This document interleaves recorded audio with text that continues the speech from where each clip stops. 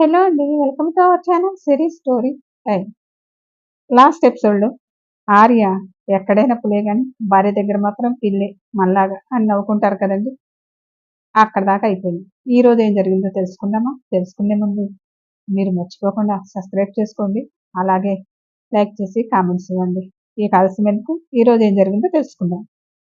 దరి చేరవా దరికి రావా చెల్లి సెకండ్ పార్ట్. ఈ ఆర్య ఎక్కడైనా పులే బాబాయ్ అని లేచి హ్యాండ్ వాష్ చేసుకోవడానికి వెళ్ళాడు ఆర్య.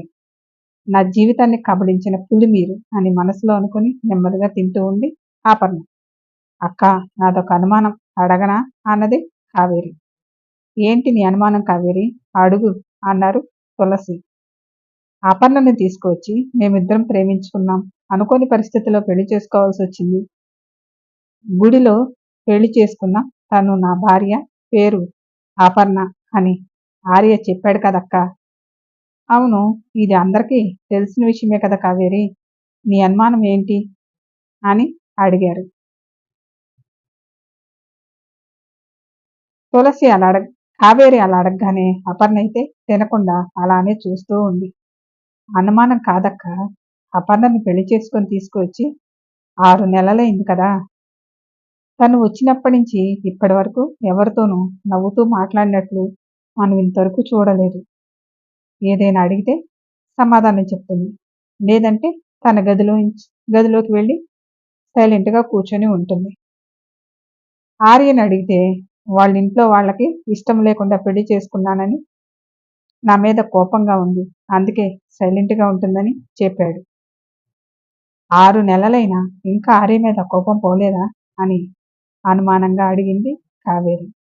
వీళ్ళిద్దరూ మాట్లాడుకునేది అంతా వెనక హ్యాండ్ వాష్ చేసుకుంటున్న ఆర్య విని సైలెంట్గా రూమ్లోకి వెళ్ళాడు.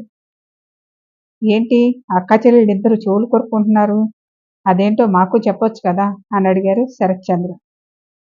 షాపులోకి కొత్త చీరలు వచ్చాయంట కదా, మనం కూడా వెళ్ళి చూసి వద్దామా అక్క అని అడుగుతుంది. రమ్మంటారా అని అడిగింది తులసి. శరత్ చంద్ర మాట వినగానే, మీరేమి షాప్కి రావద్దులే, మీకు కావాలంటే వచ్చిన కొత్త మోడల్స్ ఇంటికే పంపిస్తాను, మీరు వస్తే కస్టమర్స్ దగ్గర ఉన్న చీరలు కూడా మీకే నచ్చాయని తీసుకుంటారు అని అన్నారు శరత్చంద్ర గారు. మీరే కదా ఏం మాట్లాడుకుంటున్నారో చెప్పమన్నారు, చెబితే ఇలా అంటారు అని నవ్వారు తులసి.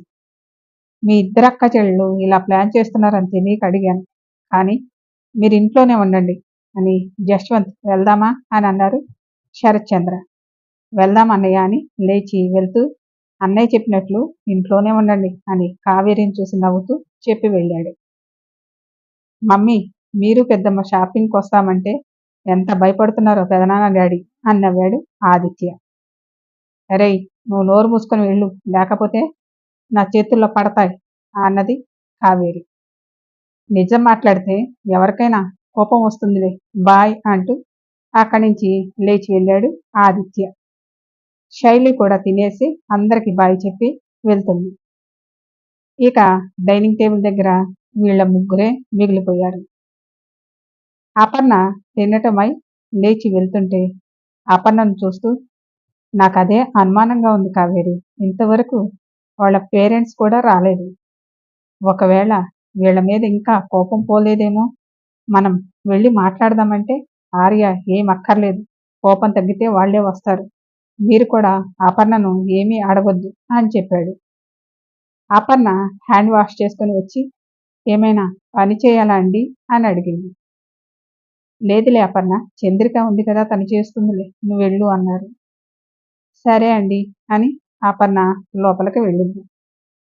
ఇద్దరు మొహాలు చూసుకొని, ఏంటో ఈ పిల్ల వచ్చిన దగ్గర నుంచి ఇలానే అడుగుతుంది, మనం ఇదే సమాధానం చెప్తున్నాం, ఏమైనా మార్పు వస్తుందా అని మనం ఎదురు చూడటం తప్పితే ఈ పిల్ల తన మౌనం వీడటం లేదు.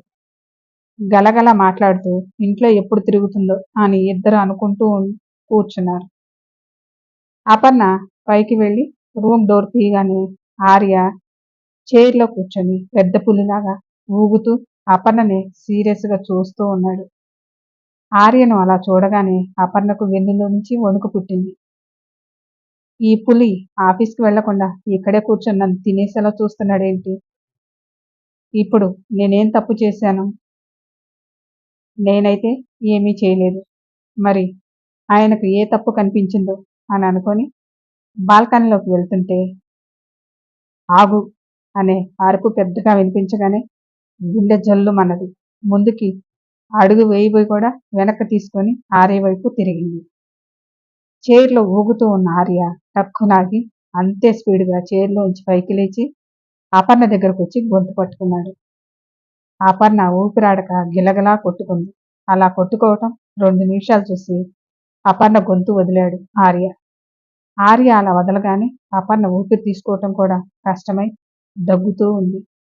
ఆర్య కోపంగా టేబుల్ మీద ఉన్న బాటిల్ తీసుకొని అపర్ణకి ఇవ్వబోయి కూడా కోపంతో బాటిల్ మూత తీసి దానిలో నీళ్ళన్నీ అపర్ణ నెత్తి మీద పోసాడు. తల మీద నీళ్లు పడగానే తగ్గటం ఆపి పిచ్చిదానిలాగా ఆర్య వైపు చూసింది. ఏంటి ఆ చూపు? చూపులతోనే చంపేస్తావా అన్నాడు. అంత చేస్తున్న అపర్ణ ఒక్క మాట కూడా మాట్లాడలేదు సరికదా. టవల్ తీసుకొని వాష్రూమ్కి వెళ్తుంటే ఆర్య కోపంతో నేను మాట్లాడుతుంటే ఎక్కడికి వెళ్ళేదని చేయి పట్టుకొని లాగి నేను నీ కంటికి మనిషిగా కనిపించటం లేదా అని అపర్ణను చూశాడు. అపర్ణ పెదవులపై చిరునవ్వు కనిపించేసరికి కోపంతో అంటే నేను మనిషిని కాదని డిసైడ్ అయ్యావా అని కోపంతో అపర్ణ కళ్ళలోకి చూశాడు. ఆ కళ్ళల్లో నవ్వు మనిషి కాదు రాక్షసుడివి అన్నట్లు కనిపించింది. అవును, నేను రాక్షసుణ్ణి. 6 నెలలు నాతో ఉన్నావు కదా, నా గురించి బాగానే అర్థం చేసుకున్నావు గాని ఈ రాక్షసుడి కోపం వస్తే ఎలా ఉంటుందో ఒకసారి చూసావు కదా, మళ్ళీ చూడాలనుకుంటున్నావా అని సీరియస్గా అన్నాడు. అపర్ణ భయపడుతూ నేను అసలు ఇప్పుడు ఏం చేశానని ఇలా బిహేవ్ చేస్తున్నాడు, నేనేం చేయలేదు కదా వీడికి, దేనికి కోపం వస్తుందో కూడా అర్థం కాదు అని మనసులో అనుకుంది. ఆర్య అపర్ణ కళ్ళలోకి చూస్తూ నా బిహేవియర్ అర్థమైతే నువ్వెందుకు ఇలా ఉంటావు అన్నాడు. ఆర్య అలా అనగానే షాక్ అయి కనుగుడ్లు తిప్పుతూ వీడు నేను మనసులో అనుకున్న మాటలు కూడా ఎలా చెప్తున్నాడు. ఆర్య అలానే చూస్తూ నేను ఎలా చెప్తున్నానో నువ్వు బుర్ర బద్దలు కొట్టుకున్నా నీకు అర్థం కాదు, కానీ నేను చెప్పేది జాగ్రత్తగా విను. నువ్వు ఇక్కడికి వచ్చి 6 నెలల పైన అయింది. నువ్వు ఈ రూమ్లో ఎలా బిహేవ్ చేసినా ఊరుకుంటున్నాను, కానీ బయట మాత్రం ఈ ఇంటి కోడలుగా ప్రవర్తించాలి. అందరితో మాట్లాడుతూ ఇంట్లో పనుల్లో హెల్ప్ చేస్తూ ఇంటికి వచ్చిన కోడలు ఎలా ఉంటుందో సేమ్ అలానే ఉండాలి. అలా లేకపోతే మాత్రం నా సంగతి తెలుసు కదా, పెళ్ళైనా ఇప్పటిదాకా నిన్నేమీ చేయలేదు. రోజు రాత్రి నీ దగ్గర కూడా రాకుండా నీ అందాన్ని చూస్తూ అలాగే పడుకుంటున్నాను. ఈ రోజు నుంచి నేను చెప్పింది చేయకపోతే ఏం చేస్తానో ఈ పాటికి నీ బుర్రకు ఎక్కే ఉంటుంది కదా, ఉంటుందని నాకు అర్థమైంది. రేపటి నుంచి మా వాళ్ళు నీ గురించి అనుమానంగా మాట్లాడుకోవటం నేను వింటే మాత్రం నువ్వు చాప మీద పడుకునే పరిస్థితి రాదు. యు గాట్ ఇట్ అని అలా అనగానే సీరియస్గా చూస్తుంటే అపర్ణ గుటకలు మింగటం కూడా మర్చిపోయింది. అపర్ణ అలా బొమ్మల కళ్ళు ఆర్పకుండా చూస్తుంటే కళ్ళ మీద చిన్నగా ఊదాడు. అప్పుడు గుటకలు మింగి కళ్ళు టపటపా ఆర్పింది.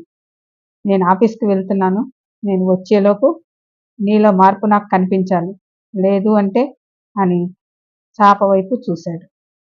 ఆర్య అలా చూసేసరికి అపర్ణకి నుదుటిన చెమటలు పట్టాయి. నేను ఆఫీస్కి వెళ్తున్నాను, బాయ్ అని చెప్పి వెళ్తూ వెనక్కి తిరిగాడు. అమ్మయ్య, రాక్షసుడు వెళ్ళాడు అని ఊపిరి పీల్చుకునేలోపు సడన్గా వెనక్కి తిరగడం చూసిన అపర్ణకి అయితే గుండె ఆగినంత పని అయింది. ఈరోజు రాత్రికి డిన్నర్ నువ్వే ప్రిపేర్ చేయాలి. మమ్మీ వాళ్ళకి ఏం చెప్పి చేస్తావో అది నీ ఇష్టం, కానీ రాత్రికి నేను వచ్చేసరికి హాల్లో నువ్వు మమ్మీ వాళ్ళతో నవ్వుతూ మాట్లాడుతూ ఉండాలి, అర్థమైందా అని అపర్ణ మొహం మీద చెమట బిందువులు కారుతుంటే వేలుతో పట్టుకొని దాన్ని నవ్వుతూ చూస్తూ ఈ భయం ఇలానే ఉండాలి అని చీర కొంగుతూ చేయిని తుడుచుకొని have a nice day darling, bye అని చెప్పి వెళ్ళాడు. మళ్ళీ ఎక్కడ వెనక్కి వస్తాడు అని 5 నిమిషాలు అలాగే నిలబడి ఇంకా రాడు అని నిర్ధారించుకొని వెళ్ళి సోఫాలో కూర్చొని ఇంత రాక్షసంగా ఉండేవాళ్ళని నా జీవితంలో చూస్తానని కలలో కూడా అనుకోలేదు. వీడిని ఇంట్లో అందరూ రాముడు లాంటి వాడు అని అనుకుంటున్నాడు, కాని వీడు రాక్షస జాతికి చెందిన రావణాసుడని ఎప్పటికి తెలుసుకుంటారో ఏంటో. వీడి నుంచి నన్ను నేను కాపాడుకోవాలంటే వీడు చెప్పినట్లు చేయక తప్పదు. కానీ నాకు వంట రాదే. అమ్మ చేసి పెడుతుంటే నేను అంజు చక్కగా కూర్చొని తినేవాళ్ళం అని ఇంట్లో వాళ్ళు గుర్తుకు రాగానే అమ్మ, నాన్న, అంజు ఏం చేస్తున్నారో, ఈ 6 నెలలు నేను కనిపించక ఎంత బాధపడుతూ ఉన్నారో అని ఏడుస్తూ ఉండేసరికి నీల్ గుర్తుకొచ్చాడు. నీల్ గుర్తుకు రాగానే గుండెలో గూడు కట్టుకున్న బాధ ఒక్కసారిగా బయటికి వచ్చేసింది. నీళ్ళని హృదయం ఒక్కసారిగా రోధించింది. నేను ఒక్కరోజు కనిపించకపోతేనే పిచ్చివాడివి అవుతావు అనేవాడివి. మరి ఈ 6 నెలలు ఎలా ఉన్నావు నీల్ అని బాధపడుతూ, నేను పులిబోనులో ఇరుక్కుపోయాను. నేను ప్రాణాలతో బయటపడతాననే నమ్మకం నాకు లేదు. మీరు నన్ను మర్చిపోయి సంతోషంగా ఉండటానికి ప్రయత్నించండి. నాకు మీ అందరినీ ఒకసారి చూడాలని ఎంతో ఆశగా ఉంది అని సోఫాలో అలానే కూర్చొని ఏడుస్తూ ఎప్పుడు నిద్రపోయిందో తనకే తెలియకుండా పడుకుంది.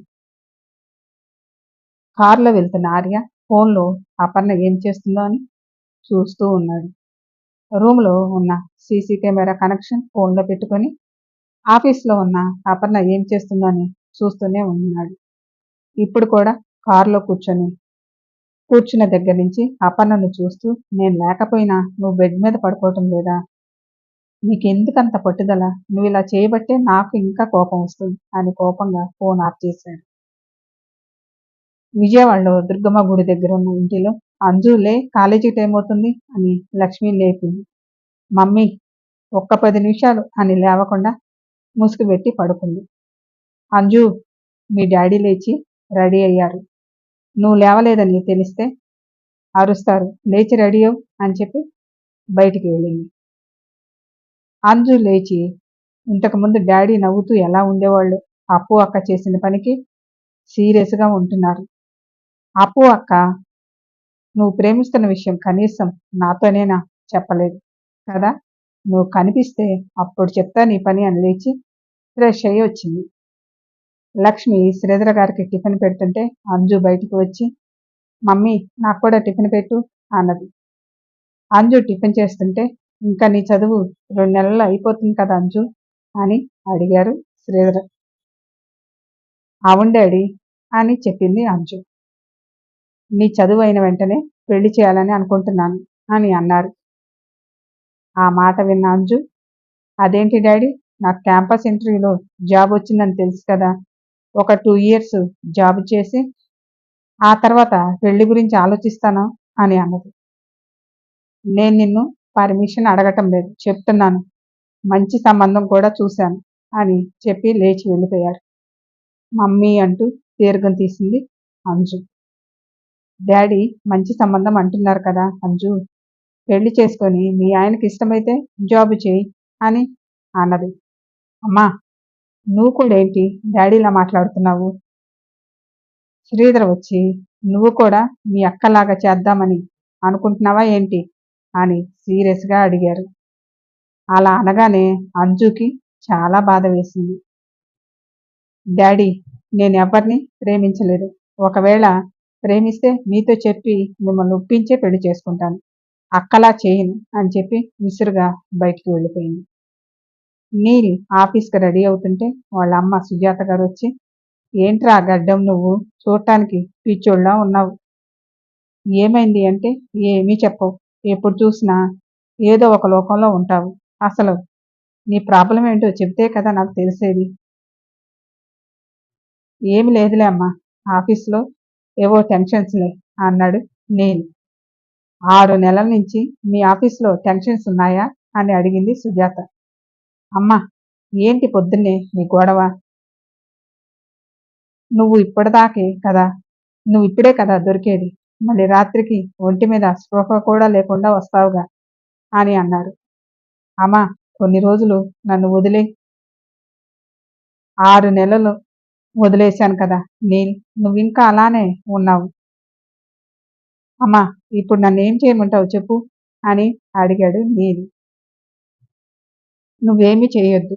నేను చూసిన అమ్మాయిని నేను చూసిన అమ్మాయి మెడలో తాళికట్టు చాలు అని అన్నది సుజాత. నీల్ ఆశ్చర్యంతో పెళ్ళా అన్నాడు. ఏంట్రా వినకూడని మాట ఏదో విన్నట్లు అలా ఆశ్చర్యపోతున్నావు? నా జీవితంలో పెళ్ళనే మాట వినకూడదనే అనుకున్నానమ్మా. నీల్, ఏంట్రా నువ్వనేది? అంటే నువ్వు అసలు పెళ్లి చేసుకోవా అని ఆశ్చర్యంగా అడిగింది. నాకు పెళ్లి మీద పెద్ద ఇంట్రెస్ట్ లేదమ్మా. మళ్ళీ నా దగ్గర ఆ పెళ్లి ప్రస్తావన తీసుకురాకు అని అన్నాడు. నువ్వెవరినైనా ప్రేమిస్తే చెప్పరా? ఆ అమ్మాయితోనే నీ పెళ్లి చేస్తాను. సుజాత అలా అనగానే నీల్కి అపర్ణ గుర్తుకు వచ్చింది. మనసంతా బాధగా అయిపోయింది. నా జీవితంలో ప్రేమ పెళ్లి అనేదే లేదు. నాకు టిఫిన్ పెట్టు, ఆఫీస్కి టైం అవుతుంది అని బయటికి వెళ్ళాడు నీల్. సుజాత బాధగా వీడెప్పుడు పెళ్లికి ఒప్పుకుంటాడో ఏంటో అని అనుకుంటూ బయటికి వెళ్ళారు. నిద్రపోతున్న అపర్ణ ఉలిక్కిపడి లేచి కూర్చుంది. అందరూ ఎలా ఉన్నారు, నా గురించి ఎంత బాధపడుతున్నారు అని ఆలోచిస్తూ లేచి కూర్చుంది. చంద్రిక వచ్చి అమ్మాయి గారు, అమ్మగారు భోజనానికి రమ్మంటున్నారు అని పిలిచింది. వస్తున్నా చంద్రిక అని చంద్రికతో కిందకి వచ్చింది.